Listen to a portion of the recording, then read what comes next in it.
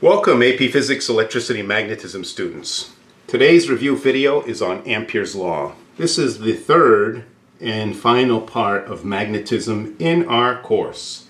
And I just want to remind you that the magnetism topic followed the same progression as the electric field topic. The first thing we learned in electric field was an algebraic expression for the electric field caused by a point charge like a proton or electron. kq over r squared. And the similar thing in magnetism was the magnetic field for a long infinite wire. If this wire stretched very long in either direction, this pencil was a wire going very far in either direction, we could use mu0 I over 2 pi r to get the vector or the length of the magnetic field vector at any point around the wire. So that was the most basic thing, just an algebraic expression. But then with electric field, what about if we didn't have a point charge, but charge spread over a bar like this pencil? Then what we would do is we would use kq over r squared and find the electric field of one small little slice of this and then integrate over the pencil to get the net electric field up here, summing up the vector contribution of each part of the pencil. We could do a similar thing for magnetic field if we had a finite wire instead of an infinite wire, or maybe a curved arc or a ring or something like that, as we studied in using the Biot-Savart law. The Biot-Savart law would tell you the magnetic field caused by one little tiny ds of any shaped wire, mu0 I ds sine theta over 4 pi r squared, and that would tell you the magnetic field only caused by a little piece of the wire. Then you had to integrate to find the whole magnetic field, the net magnetic field at some point around that wire. So that was similar to the distributed charge unit. And then with electric field, we moved on to a third phase, and that was Gauss's law. And Gauss's law said that if you had any closed shape like this or a cylinder, the net electric flux coming into or out of this box was equal to the charge enclosed inside the box divided by epsilon 0. And then what happened when we applied Gauss's law, even though it had an integral, very often we didn't even have to integrate. We just had the integral on the left side become E times area. Well, the same, Ampere's law is most similar to Gauss's law.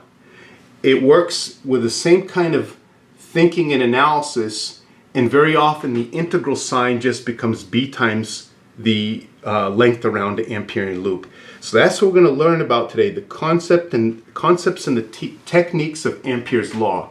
So the concept first, then we're going to learn it applied to cylindrical symmetry, then planar symmetry, and then the solenoid. So that's what's coming in today's review video. So let's go and begin with the concept of Ampere's law. So here it is written out, concept Ampere's law. And I just want to point out, like I did when we studied Gauss's law, that math is no different than the English language in that little symbols can make a big difference in the meaning. The example I used in Gauss's law, I said, you could say, let's eat, comma, grandma, with a comma in that expression, and that's inviting your grandmother to lunch. Let's eat, grandma, with a comma. You take the comma out, let's eat, grandma, and suddenly you're inviting other people to eat your grandmother. So one tiny little thing makes a huge difference in the meaning of the sentence. Well, similarly in math, if you take out any one of these symbols, you're saying something completely different, maybe not as dramatic as the last example I gave with the English language, but you are saying something completely different mathematically. So let's jump in and point out all these symbols, and I'll explain what they are. And when you write out Ampere's law, you have to have all of this. Otherwise, you're not saying the law correctly. So the first thing, the vectors and the dot product. What that means, a dot product means if you could take the vectors away in the dot product and write b ds cos theta. That's the equivalent algebraically of a dot product. And what that means is that when theta is 0 degrees, you put cos of 0 and you get 1. But if you put cos of 90, if these two vectors are 90 degrees to each other, you get 0. What does that mean more in terms of concepts? It means this dot product means It's the portion of the magnetic field that runs along this arc length S. So you could see that in this picture here, that B is running along the circle here, which I call my Amperian loop. And that's then when this integral is not zero. If B, instead, here's my Amperian loop, and the B was like this, perpendicular to that loop, then this answer would be zero. Even though we've got magnetic field around the loop, the dot product is zero, so I'd be integrating zero around the loop, and I get zero. So that's what the vectors in the dot product mean, the B that's parallel to the path. Then, of course, we're integrating this, and then this circle within the integral, also critical. If you leave that off, you're saying that B can be integrated over any arc length, like a straight line like that. The integral says no. The beginning and end point have to complete like around a loop of some sort. The loop could be a rectangle, okay? Or it could be a circle or any shape geometrically, as long as it closes in on itself and you begin and end your integral at the same point. So this is then with the other side, mu 0 I enclosed. I try to color coordinate to show you what the concept of Ampere's law is, which I'm sure you remember anyways, but let's go over it. So I explained the whole thing about the integral. The B around this arc length, this closed circle here, is equal to mu 0 I enclosed, the I that goes through the loop. So if we've got current going this way or going that way, as long as it pokes through this circle that's bounded by the Amperian loop, it factors into I enclosed, and then B is tangent to path. So that's basically the expression. The B integrated around the path is equal to I that's going through the whole of the loop. All right, so again, you have to write out all these little symbols to make sure you're saying the right thing mathematically when you start an Ampere's law problem. Let's go into our applications now. Cylindrical symmetry. I'm actually going to do a lot of cylindrical symmetry examples. I'm going to do 3 examples. The solid wire, the hollow wire, and then I'm going to do something I skipped in Gauss's law, where the current density is not constant over the area.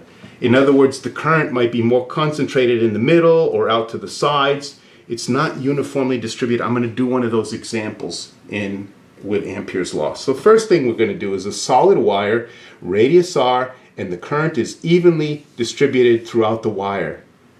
So it's not concentrated anywhere. So what I want to do is find the magnetic field everywhere. So let's move on and see how we do that. Okay, so for the first thing is for r less than capital R, and that means within the wire. So what I have to do is I have to draw an Amperian loop to apply Ampere's law, and you have to understand the symmetry and therefore the kind of shape you need to draw. I'm not going to explain that today because we're just reviewing, but what you need to do is draw a circle, a perfect circle inside here at a radius smaller than capital R. And then we apply Ampere's law, we write it out, and notice the color coordinated, that's the Amperian loop that I'm talking about through that integral. And then the left side of Ampere's law, just like Gauss's law, EdA integrated to E times area, BdS integrates to B times the arc length around our Amperian loop. And I just want to explain in a little bit more detail the thoughts that went into this calculation. So this is it written out in more detail. Again, you don't have to show all this, but I just want you to understand why it becomes B times 2 pi r. So this is Ampere's law. The first thing that we realize is then that picking this particular special Amperian loop, the magnetic field will always be tangent to that arc length, to that Amperian loop. That makes the dot product B ds cos of 0 degrees at all points, so then we just are left with B ds. Okay, there's no component because all of it runs along the arc length. Then the next thing I realize is because of the symmetry involved, the magnetic field is a constant all around that Amperian loop. It's not necessary for Ampere's law to be true for the magnetic field to be a constant around the loop, but you create your Amperian loop that way so that you could pull it out of the integral so you could solve for this. So you pick the Amperian loop so B is constant. And then we're just integrating ds around a circle, which just gives us arc length from 0 to 2 pi r, or B times 2 pi r. So that's the thought process that went into that step. Again, you don't have to write that out, but I do want you to understand that. All right, now how much of the current goes in through this loop, the I enclosed? What I'm using here, well, maybe I should have written it out, so I'll write another line here. Mu 0 J times area.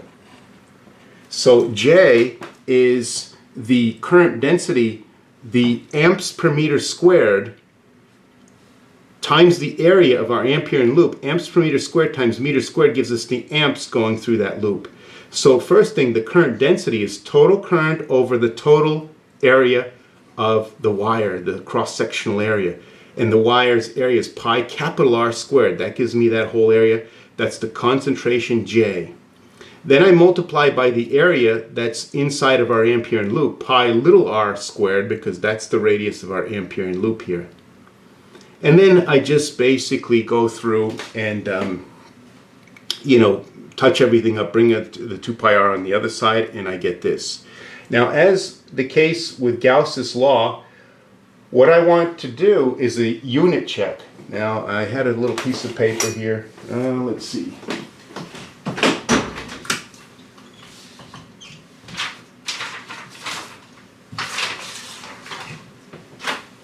All right, here we go. So, remember I said with Gauss's law, it's always good to check the units of your formula to make sure that it has at least the proper form. Compare it to the basic formula we learned in Magnetism 1, the algebraic expression. If you look at this formula, the units of magnetic field, you need a mu 0 in your formula, and then you need amps on the top for current and meters on the bottom for the radius. And if you look here, what we have is we do have a mu 0, okay, out front. These have no units, so we don't worry about them. Then the amps for I, and then R is in meters. And then in the bottom, we've got meters squared. And so the units here match the units of this formula. Again, this would catch an error if we had like a squared here. Then we would see, oh, wait a minute, we don't have a meter in the bottom. It would not catch if we lost the 2 pi somewhere along in our calculator. It doesn't catch constant mistakes, but it very often catches variable mistakes, things that you might miss or omit. Okay, so that looks good. Okay, next thing, and again, that's something you want to do on the AP if you have time, right? So if you rush for time, just keep charging through, get to as many answers and setups as possible. But if you have time, check and make sure it could help you find some errors. And by the way, as always, I'm highlighting the steps that I want you to focus on. Study this step, understand where these terms came from, and don't necessarily worry about the answers today. Okay, so you want to understand the setups. This, by the way, is where most of the credit comes on the problem. Okay, and by the way, getting from here to here, just algebra. So, even students who don't know physics could get to here, solving for B. All right, the next calculation for R greater than capital R. In other words, outside this wire, we want to find the magnetic field. So what I do is I create an Amperian loop outside, encircling the wire, and I apply Amperes law for that Amperian loop, and then you can see that this loop encloses all the current. So I enclosed just becomes I. And we always have, for cylindrical symmetry, B times 2 pi r always on the left-hand side. And then we solve here. And it is the basic formula. We don't even have to do the units because it is the formula here for the magnetic field caused by a long infinite wire. And by the way, I like to write this separate like this with the I and R, so it helps me do my unit analysis. But if you were to write the answer like that, of course, you get full credit. They're the same thing. And then very often, as you know, the AP test may ask you to graph the magnetic field for all the radii. So I look at this formula and I have r to the 1 power. That's a linear graph. And then I have a 1 over r graph like this. And I always, as I mentioned in the Gauss's law video, I always write these proportionalities in case I'm a little sloppy with my line and it might look like a curve. I state it's not a curve, it's a straight line. So I basically tell the grader that, and it helps in case you make, so no one takes points off when they shouldn't. And then also transition values are often required, not always. But the way I can get this transition value at the surface of the wire, what is the magnetic field? I could plug in capital R into this formula for R, or capital R into this formula. I get the same thing right here. So that is the first example, the magnetic field in all regions for a solid wire, current evenly distributed. All right, so the next example. Still in cylindrical symmetry, but now we move on to the hollow pipe. The inner radius is just capital 1R, and then the outer radius is 3 capital R. So here is a diagram of the pipe. This hole in the middle is hollow. There's no current here. All the current is distributed through this part of the pipe.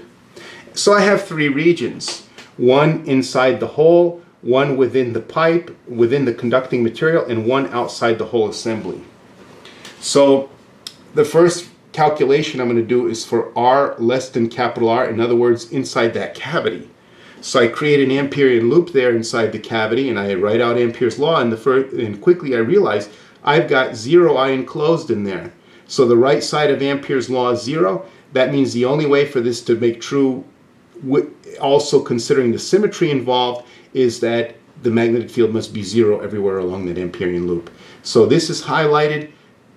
The important step is to realize that inside that cavity, there's no I enclosed in our Amperian loop, therefore B is equal to 0. The next calculation, inside the region where the current is, I draw my Amperian loop in there, a circle, okay?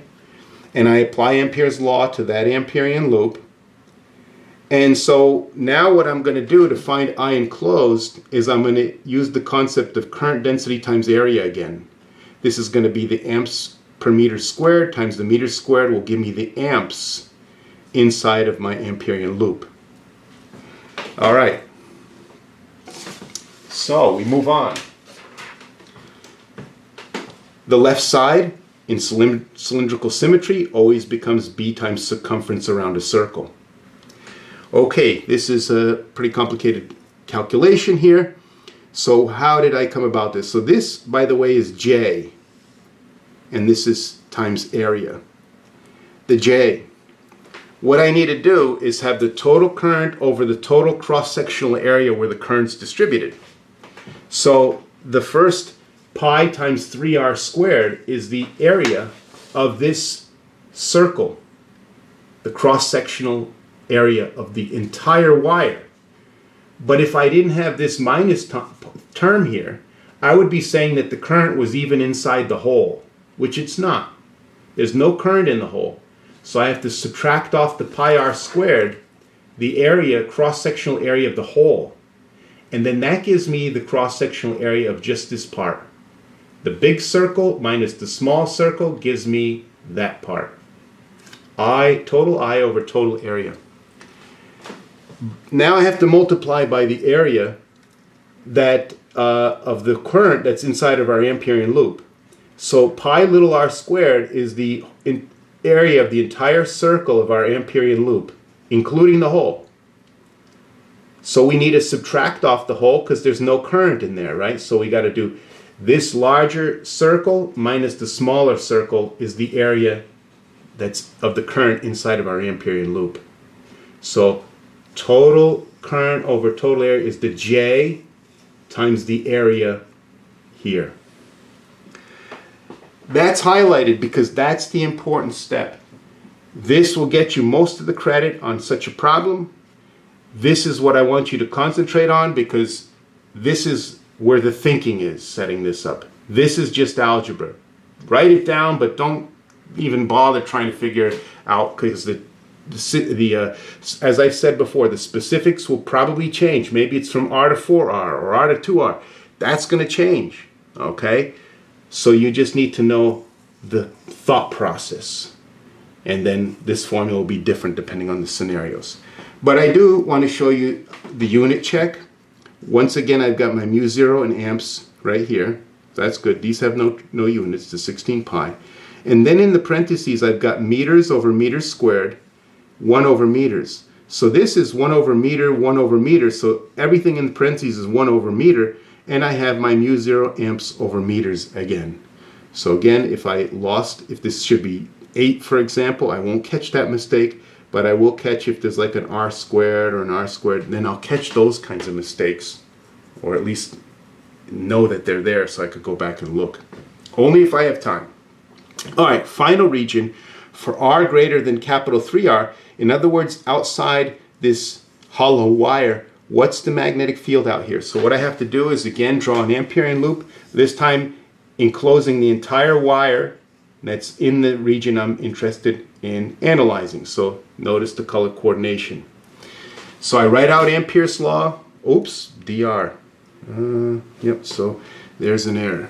Okay, time to fix. ds, there we go. Better. Okay, and then the left side, b times 2 pi r again, and now you notice this Amperian loop encloses all the current. So once again, it's our basic formula for magnetic field around an infinite wire. I don't even need to do the unit check there because it's the formula that I use the unit check for anyway. All right, so now the graph. So I'm graphing the magnetic field. Oh, and by the way, this is the highlighted step, the important step to realize I enclose is just the total I of the hollow wire. All right, so I'm graphing these 3 functions. So the first one, I even labeled 0 because sometimes you draw a line, you can't see it that well if it's on the axis. I've got a curve, this function. I'll explain in a little bit how I know it's concave down. And then this 1 over r, well, you shouldn't be very familiar with that now. And the transition value, I can plug in capital 3R here. Not as easy as if I plug in capital 3R here, which would give me the 6 pi r in the bottom. Right? So that's where that 6 pi r comes from. Now, how did I know this concave down? First of all, I want to say that it's not necessary. Most of the time on the answer keys, the ones I've seen, they say for a reasonable curve. So if you had concave up, I'm thinking they would probably give you that credit for that anyways, as long as it's not a straight line. Some kind of curve, concave up, concave down. But it is concave down. This is like basically if you want to show off, right? Yeah, this is how you figure out that it's concave down. So what I always do is I just look at the formula here that I'm graphing, and I just take out the r variable and forget about all the constants. So notice I've got r to the 1 power, forget about the constant, and over here r to the negative 1 power. And to figure out whether this function is concave up or concave down, I just take the derivative of it twice. So the derivative of r is just 1, with respect to r, by the way. The derivative of this, I bring the minus 1 to the front and subtract 1 from the exponent. That makes this plus 1. And then I take the derivative again, bringing minus 2 to the front, and then subtracting 1. Now notice this second derivative is less than 0. That minus sign means it's concave down. Again, only if you have time and you want to be a perfectionist. Otherwise, just draw some kind of reasonable curve and move on so you get as many points as possible. All right, next thing. So we did a solid pipe and a hollow pipe. Now what I want to do is something, as I said, I did not do in the Gauss's law unit. I skipped non-constant charge densities. I will not skip non-constant current densities, so you could kind of see the thought process a little bit about that. This is possible on the AP. Not very likely. It doesn't come off very often, once every few years. So again, don't focus on this. Focus more on the previous examples. Maybe you skip this and it comes up, you know. We don't know what's on the test. When you're studying, you're always just trying to pick the greatest odds topics. Focus on those first. If you've mastered those and you have plenty of mental energy, go on to this stuff and be the all-star. When this comes up, you'll get 15 out of 15 on a problem like this, right? So, but only first after you've mastered A and B, the solid wire and the hollow wire. Then look at non-constant densities. All right, so we've got the current density function given like this. Notice that R equals 0, the current density is 0. Plug in 0 here. So there's no current. If you cut out a little slice of this wire right in the middle, there's or measured the current through a little area here, there's no current coming through the middle. The current's more concentrated on the outside. If you plug in capital R, you get J0, so it gets bigger, bigger, bigger. Most of the current density is on the outer edge, okay? So for inside the wire, I'm going to find the magnetic field. I apply Ampere's law. Here's my Amperian loop. And then mu0 I enclosed on the right side, how much current's going through that Amperian loop. So the left side, once again, for cylindrical symmetry, B times 2 pi r, mu0 I enclosed. However, I cannot say that the current enclosed is the current density times area, because the current density is actually a function. There's many current densities all throughout here. So as I said in class, you got to take a little detour and do an actual calculus. See, because here, the calculus, you're not really, I mean, technically you're integrating, but it's always just B times 2 pi r. Now we've got to do an actual integral here to find out the current. So what we're going to do is use the concept that current is J times area, but we've got to pick an area over which the current density is approximately constant. So that's this little ring over here. It's got a little thickness dr, and so the current density is pretty constant because this is very thin. And so from here to here, we've got pretty much the same current density. So we can say the amps per meter squared times the meters squared of this area will give me the amps inside this little ring. Now, how do I evaluate this expression? Well, first of all, here's my current density. The area of this ring, you can imagine if it's made of putty and you were to cut this out like this and put a little slit here, you could open it up into a rectangle. And the rectangle's area is length times width. This is dr, and this length is the circumference of the circle of the ring.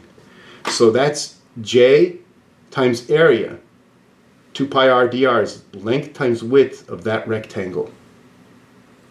So now what I'm going to do is just say that the total current is the currents of all the little rings added up, which is integration. I plus I plus I, or D, I should say di plus di plus di. I'm integrating from 0 to my Amperian radius of all that's left behind. So I put all the constants together, the J0, the 2, and the pi, all in the front, and the capital R. And then the R and the R become R squared. And then I integrate to R cubed over 3. Again, these are the two highlights. Okay, don't worry about this because they'll change this to some other function and these details won't apply. Understand more the setup. J times area of a rectangle that is a ring that opens up. That's what you want to focus on. So then I just plug in my limits, 0 to little r Amperian. And here are my limits plugged in. There's the final expression for the current inside this Amperian loop here, this green circle. So I can go back to Ampere's law. See, I took my little detour here. So that's the end of the detour. I go back to this step and I plug in I enclosed right here, right? So mu0 I enclosed. And then I just, do the algebra. So again, these are not highlighted because they're just algebra, plugging things in and solving. These are the thinking steps that you want to focus on and focus for understanding. You could do a unit check here. You could do mu0.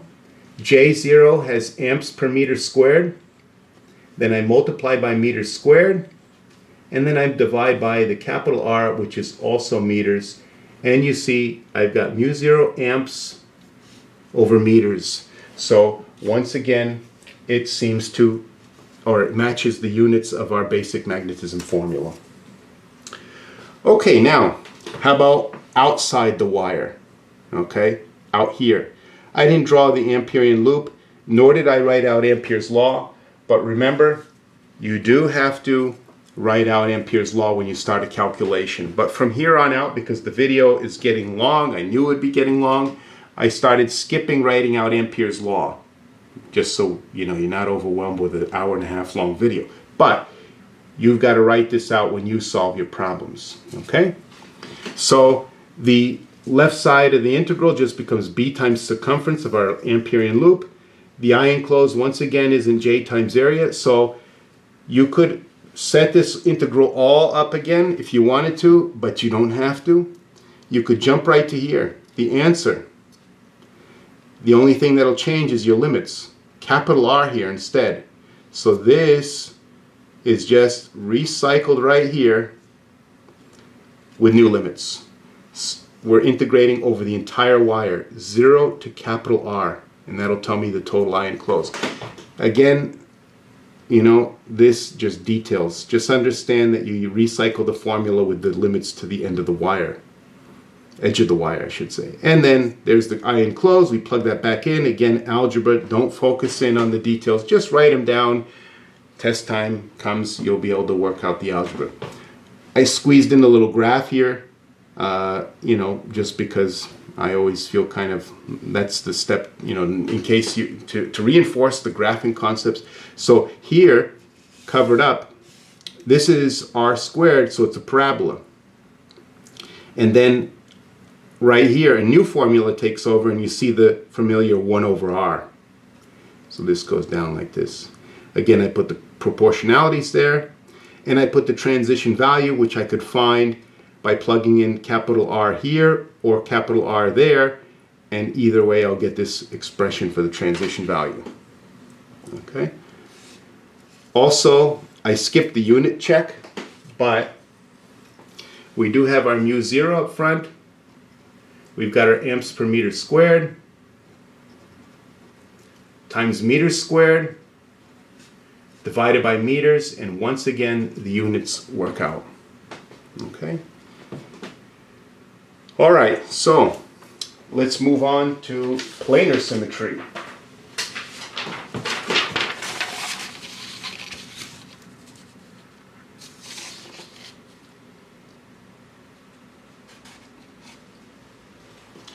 Okay, planar symmetry. So first thing I'm going to do is for a sheet. Okay, so what do I mean by a sheet? You see this light line? Maybe it's like a sheet of aluminum foil that's very long in 2 dimensions, so it could be considered an infinite plane. And we've got current going through the aluminum foil. Maybe this is the aluminum foil, right? So you got current passing along the surface, all evenly along the surface through. And we want to find the magnetic field above and below that sheet. So first thing, I need a symbol for the current density. I used J before, but that was amps per meter squared. What I need is a symbol for amps per meter. I just picked another Greek letter, alpha. Sometimes I've seen beta used. Doesn't matter, whatever Greek letter, or even you could use, you know, D for density or something. I don't know, it doesn't matter. But there's the alpha coming straight out of the paper.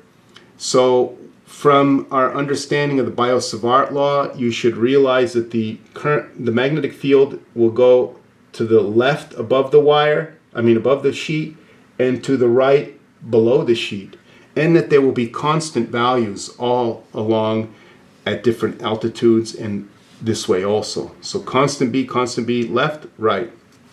All right, I skipped writing Ampere's law out. Again, you won't when you're solving this problem on a test. But the thinking behind this is to realize that the Amperian integral is non-zero above and below the sheet, but it's 0 along these sections, if I pick a rectangular Amperian loop, because the magnetic field and the integration are 90 degrees to each other, so the dot product is 0 along these portions. The ds and the b are in the same direction here, so that's why the magnetic field integral, line integral, is not 0 there and there. So I did a little color coordinating. B top times W, that's this part of the Amperian integration. And then B bottom times W is the contribution of this integral along the bottom. And then on the right side, we've got mu 0 I enclosed. The I enclosed is right here. And remember, alpha is the amps per meter. Amps per meter times meter gives me the amps going through our Amperian loop here. Amperian box, or rectangle, I should say. And then I left off the solving part because, again, not critical. The setup is the most important part. So this, make sure you understand the thinking as well as how to draw that Amperian loop. The next thing I'm going to look at is the slab. Again, I'm skipping writing out Ampere's law, but the slab is like this, okay? These light lines represent the top of the slab, the bottom. So in class I said, imagine it's like the asphalt in a parking lot, a big giant parking lot, maybe of the Palisades Mall, and the current's going through this. I guess I should write, the current is coming out of the paper. So we know that the magnetic field goes like this, above the z equals 0 line, and it goes like this below the z equals 0 line, and up here it runs like this, and it goes like this up down here.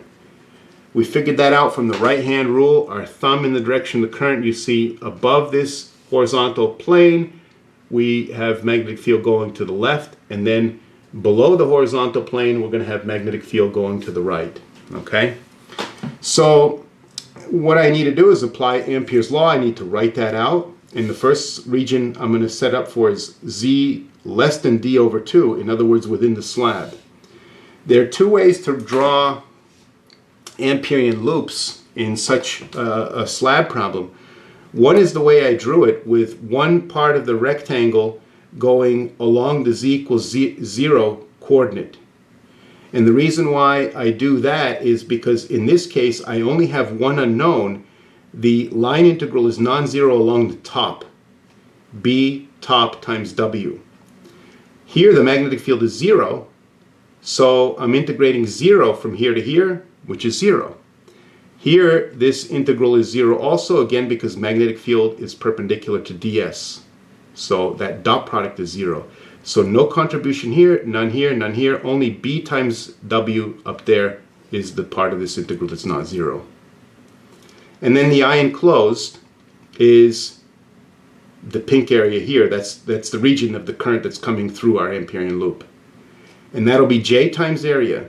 J times the area of this. Well, the loop is W wide and it's Z tall. Okay, so length times width, Z times W. Okay?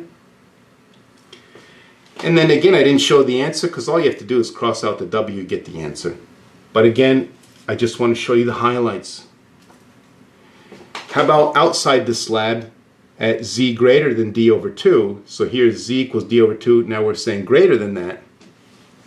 So I could have drawn an Amperian loop with one end along this Z equals 0 coordinate again.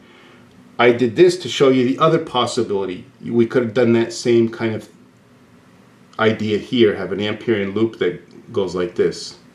Either way is fine. So for this Amperian loop, I write out Ampere's law again. I always start with Ampere's law.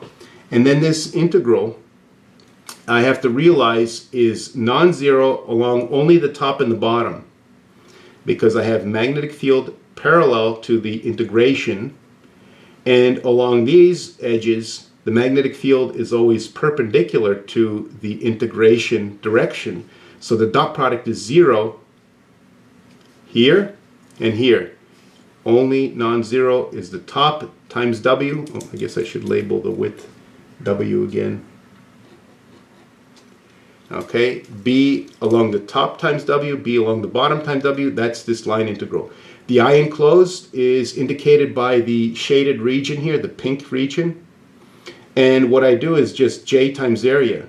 The area being W times D of the slab is the area through which the current goes, J times area.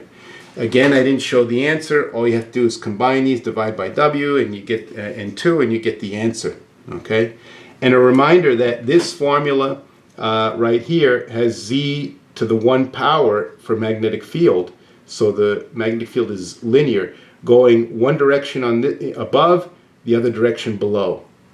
I guess I have the left direction positive. I guess that's kind of unusual, but that's all right. So maybe I should have done like this. And then if you look at this expression, there's no z-coordinate in the answer.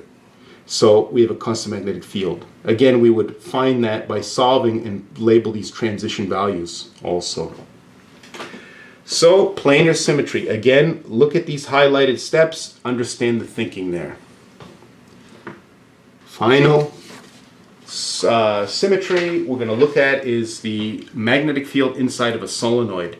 Remember, a solenoid, another word you could use for it is an electromagnet. It's a cylinder with a wire wrapped around it. When you pass current through this wire, then there will be a magnetic field that passes, through this solenoid. In fact, this solenoid has this similar magnetic field to the magnetic field of a bar magnet. Okay, so just so you know, more or less. Now we're going to assume this solenoid is very long. It has a current I in the wires. It has a length of L. Oops, I didn't label this on the diagram, but L is the length of the solenoid. I use lowercase l because remember later in the next topic, electromagnetism, solenoids have capital L inductance. So I didn't want to get confused and make you believe that's like the inductance. It's the length of the solenoid, and there's a certain number of wraps of wires, 1, 2, 3, 4, 5. You count how many times the wire wraps around. And also sometimes it's customary to create a new variable, the density of the wire wraps, which is the total wraps over the meters of the solenoid. So it's like a concentration, a density of the wires, lowercase n. So I can use the right-hand rule. First of all, this is a cross-section of the solenoid. If I were to slice it in half, well, I don't slice it in half because then it won't work anymore. But in my mind, I do. So like if I were to slice it down this way, this is what I would see. Wires with electricity coming up out here and then swirling around and going in over here. So out electricity, in electricity. And I realized by the right-hand rule that with the electricity coming out of the paper here, the magnetic field is going to go to the left above these wires. And then with the electricity going into the paper here, for these wires, it's also going to the left. So the net magnetic field points to the left. And then I create an Amperian loop like this, a rectangle, W wide, doesn't matter what this dimension is. And then I apply Amperes law. This time I wrote it out, and the color to indicate the Amperian loop here.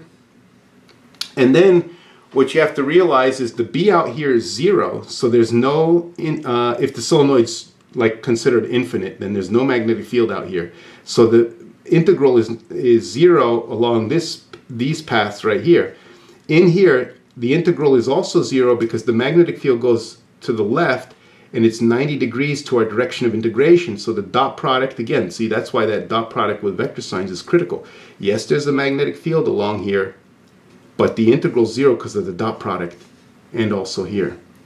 The B and the ds integration direction only line up here, so that's why I put a blue line here to indicate that that's the W over which the magnetic field line integral is not 0. And then the I enclosed, I highlighted right here, how much current's coming through our Amperian loop, mu 0 I enclosed. Well, what I do is I calculate that turn concentration. N over L gives me wires per meter times the meters of our Amperian loop. Wires per meter times meters gives us the wires coming out through our Amperian loop. And then multiply by the current in each wire, and you'll get the total current from all the wires coming through our Amperian loop.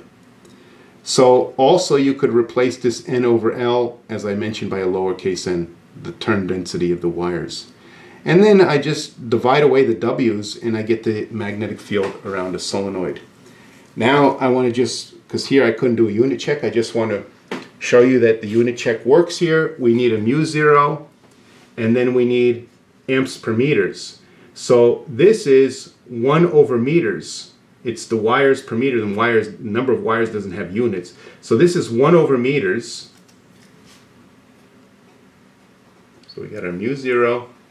1 over meters times amps, and we got our units matching. And you could do a similar thing there. All right, so that is Ampere's law. So I just want to remind you that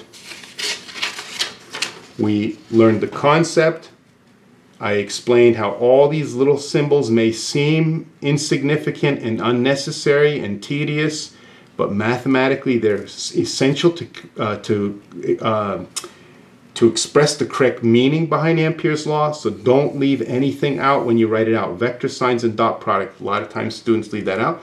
We looked at 3 examples for cylindrical symmetry, for the solid wire, the hollow pipe, and then the non-constant current density. And in all cases, the left side of Ampere's law for cylindrical symmetry just becomes B times 2 pi r. B times 2 pi r. You can see it all throughout our calculations, all right? What changes, of course, is the challenge of the eye enclosed. Look at all the highlighted steps and make sure you can understand the eye enclosed, setting up these big giant steps in all the various scenarios, okay?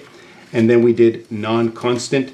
So this is, again, as I said, look at this only if you feel like you have enough energy to keep going to master something that's not that likely to be on the AP. Okay, but what is likely, more likely, is planar symmetry. So look at all these steps. And the solenoid certainly is, I would say, high probability of being on there. So again, this is what we did, okay? And study and look at these symmetries again, and then I'll see you in the next review video, which is on electromagnetism.